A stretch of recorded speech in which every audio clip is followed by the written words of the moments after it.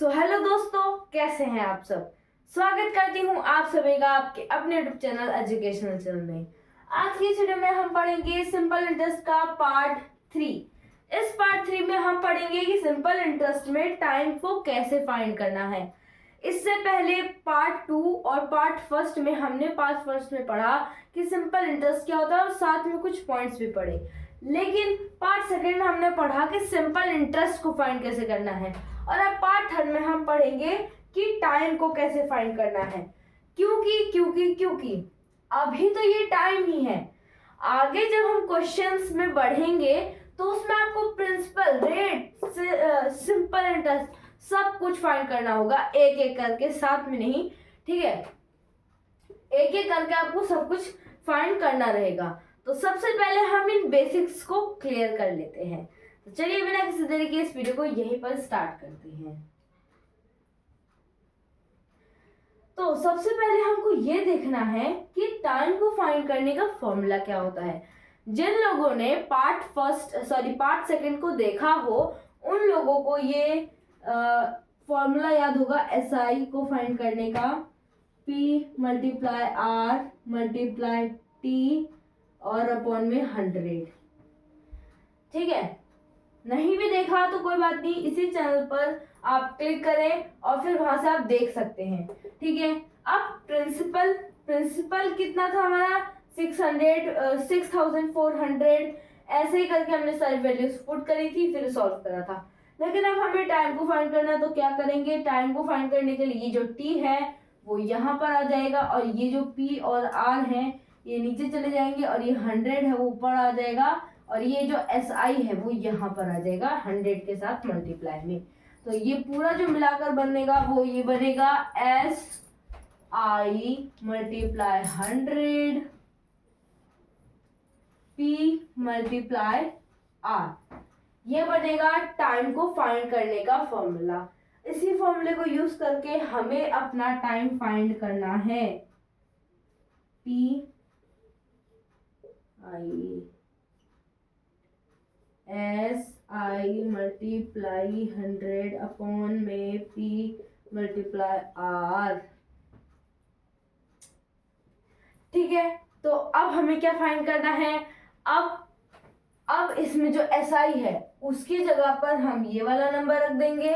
ठीक है, P की जगह पर ये रख देंगे, R की जगह पर ये रख देंगे।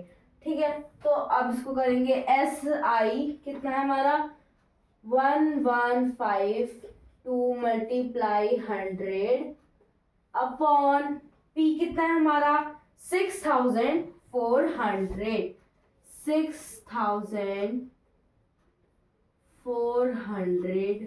मल्टीप्लाई R कितना है हमारा 6। तो 6400 की इन दो जीरो से 100 की ये दो जीरो उड़ गई। फिर उसके बाद हमारे पास अब बचा है 1152 और 64 मल्टीप्लाई 6। तो अब हम जिसको मल्टीप्लाई कर सकते हैं आसानी से, पहले उसको करेंगे फिर डिवाइड करेंगे। तो 64 ये हो जाएगा आपका 1152 अपॉन में 64 मल्टीप्लाई 6 4 आपका हो जाएगा 24।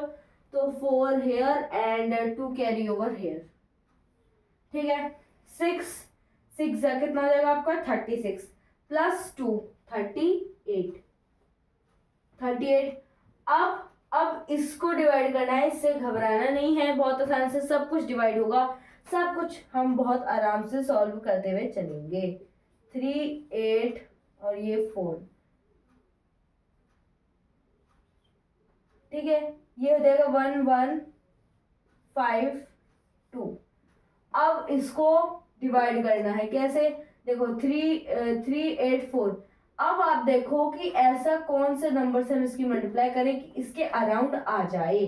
तो अगर हम इसकी मल्टीप्लाई 3 से करते हैं तो 4 3 आपका 12। एक बार हम ऐसे करके देखते हैं।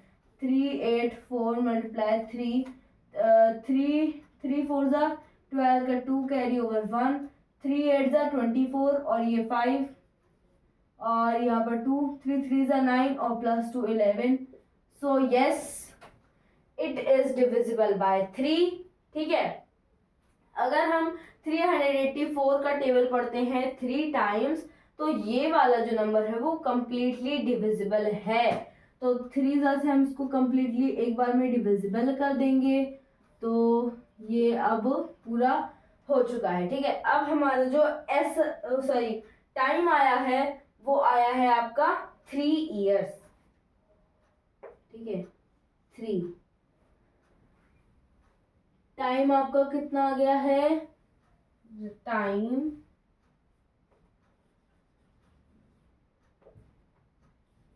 3 इयर्स।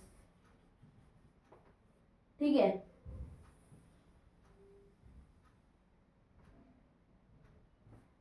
ये है आपका आंसर।